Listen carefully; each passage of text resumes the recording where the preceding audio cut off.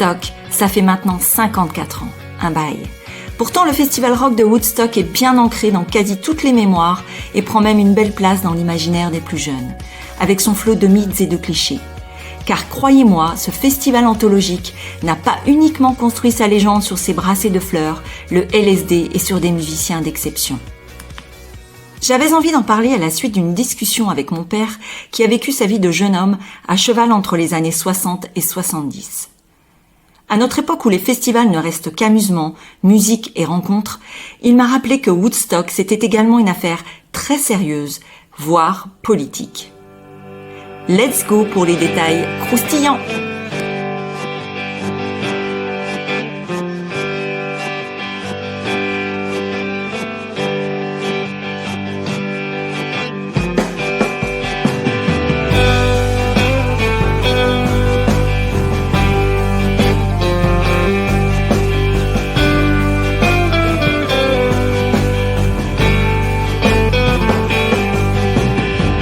L'événement s'est déroulé du 15 au 18 août 1969 dans le hameau de Bethel, à 80 km de Woodstock. Et oui, on parle de Woodstock à tout va, mais ce n'est pas très approprié. J'y reviendrai plus tard. En 1969, les États-Unis sont en pleine guerre du Vietnam. Ils s'immiscent dans un conflit qui oppose le nord et le sud du pays asiatique. Se rajoutent à cela les tensions dues à la guerre froide, les mouvements pour les droits civiques et l'émergence des premières contestations contre la société de consommation. Société de consommation qui a explosé au sortir de la Deuxième Guerre mondiale. Le mouvement hippie découle de ce contexte social bien tendu et condamne notamment le mode de vie des pays industriels, privilégiant le futile au vital. Le ras-le-bol d'une époque coincée et poussiéreuse est également un facteur de contre-réaction.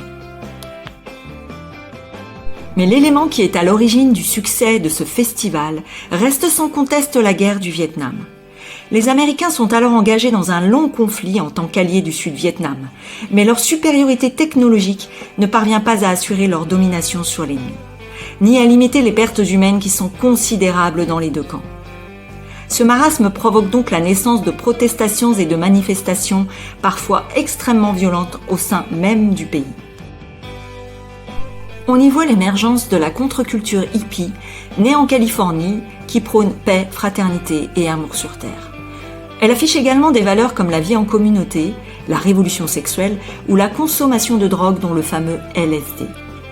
Le festival de Woodstock devient donc un lieu de ralliement inattendu pour toutes ces personnes en désaccord avec l'ordre établi.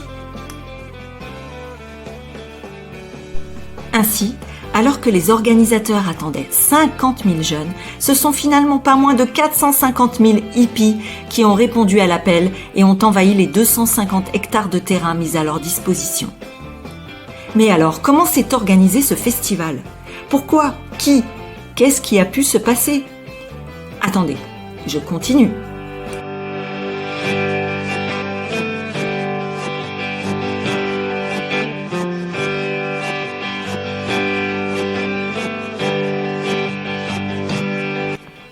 L'idée originelle d'un Woodstock Festival vient d'un jeune producteur qui souhaitait réunir les fonds nécessaires pour s'offrir son studio d'enregistrement personnel. Ayant déjà organisé un festival l'année précédente qui avait accueilli 25 000 personnes, il pense faire mieux cette fois en organisant un concert réunissant les artistes locaux tels que Bob Dylan. Il engage donc 2 entrepreneurs new-yorkais pour investir dans son projet. Malheureusement, les habitants de Woodstock ne sont pas du tout d'accord et refusent l'idée d'un festival se déroulant chez eux. Alors les organisateurs jettent ensuite leur dévolu sur un site industriel près de la ville de Wallkill. Mais pas de chance à nouveau. 1 mois avant le festival, leur permis est annulé par les autorités locales. C'est finalement sur un terrain loué à un fermier de Bethel pour 75 000 $, très cher pour l'époque, que l'événement s'est tenu. Malgré le changement de lieu, les organisateurs ont décidé de conserver le nom originel de Woodstock Festival. Tous ces rebondissements ont eu un impact sur la préparation et la gestion de l'événement. Évidemment, vous pensez quand quelques 450 000 personnes s'acheminent jusqu'au terrain de Bethel, la ville est en proie au chaos et aux embouteillages monstres. D'ailleurs, certains sont obligés d'abandonner leur voiture pour rejoindre le site à pied. Mais ce n'est pas tout. Le festival étant au départ payant, près de 190 000 billets ont été vendus alors que les organisateurs avaient misé sur 50 000 festivaliers.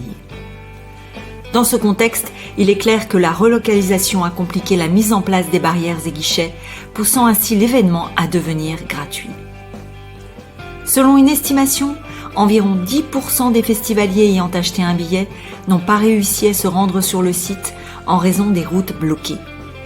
Si je vous dis également que la commune de Bethel, comptant environ 2760 âmes, est devenue ce week-end-là l'une des 3 villes les plus peuplées de l'État de New York, vous ne seriez pas étonné.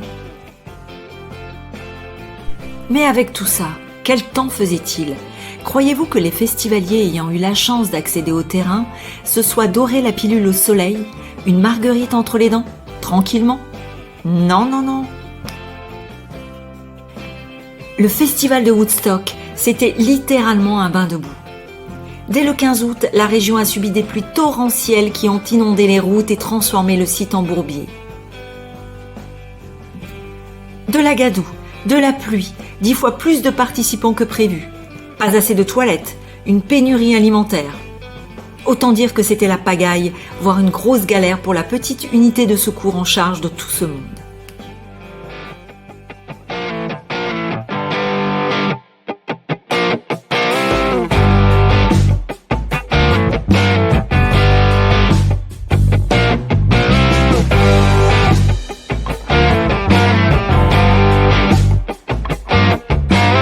L'événement a totalisé 900 blessures, dues en majorité à des pieds nus caressant involontairement des canettes, du verre brisé et autres objets contendants. Mais il y a eu également 2 décès, ce qui est finalement peu vu les conditions. Soit une overdose et une personne écrasée par un tracteur alors qu'elle s'était endormie à côté. Pourtant, anecdote étonnante, si le public n'est exclusivement constitué que de pacifistes, l'armée a joué un rôle primordial dans le déroulement de l'événement, transportant des vivres, de l'aide médicale et déposant certains artistes avant leur prestation. Ils sont avec nous, man, ils ne sont pas contre nous. Voilà l'annonce qui a été faite juste avant que le premier hélico ne se pose. Et la musique dans tout ça, me direz-vous ? Eh bien, 32 des plus grands artistes rock de l'époque ont joué pendant les 3 jours du festival. Janis Joplin, Santana, Joe Cocker, Stills, Airplane, Jimi Hendrix et j'en passe. Ironie de l'histoire, Bob Dylan ne sera pas de la fête. Agacé semble-t-il par la présence hippie. Quoi qu'il en soit, malgré le contexte compliqué de ce concert géant, les spectateurs ont été totalement transportés par les performances remarquables des chanteurs, dont celle de Jimi Hendrix, devenu mythique. Je pose le décor. Le 18 août 1969, à 8h du matin, Jimi Hendrix dit « Le gaucher magnifique » monte sur scène. Il doit clôturer le festival. Beaucoup de festivaliers sont déjà partis. Les 30 000 survivants sont épuisés, détrempés, gavés de drogue et rassasiés de rock.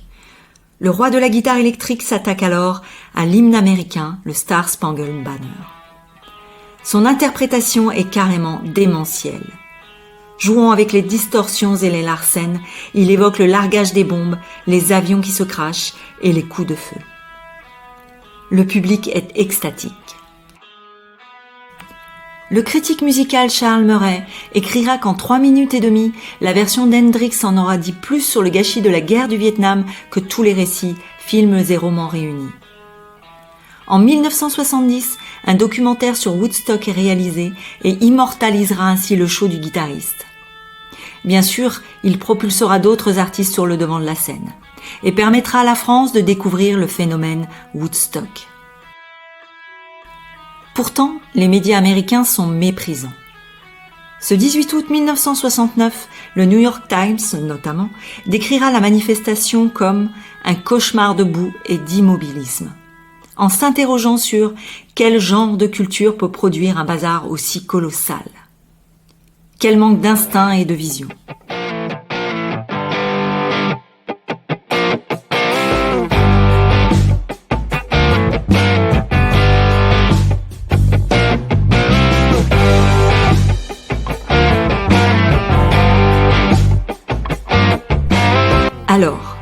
Quel est l'héritage de Woodstock ? Bien qu'il ne soit pas le seul festival ayant marqué les esprits, Woodstock est devenu l'étendard du mouvement hippie et l'emblème d'une génération. L'événement, avec son demi-million de festivaliers réunis pour 3 jours de musique et de paix, a tout de même fait un pied de nez aux violences de l'époque et à la bien-pensance. Et musicalement parlant, il reste un des moments clés de l'histoire du rock.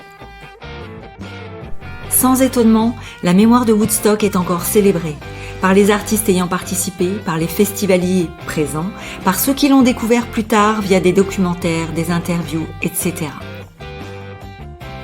Quant à la ville du même nom, elle accueille de façon cocasse des milliers de touristes qui se trompent de lieu et pensent, à tort, effectuer un pèlerinage. Au fait, vous vous dites certainement que les organisateurs se sont remplis les poches. Sur le coup, pas vraiment, l'entrée du festival ayant été en grande partie gratuite. Néanmoins, la vente des enregistrements des prestations musicales les aidera à rembourser leurs dettes. Voilà, vous en savez un peu plus sur le festival de Woodstock, une débâcle devenue légendaire.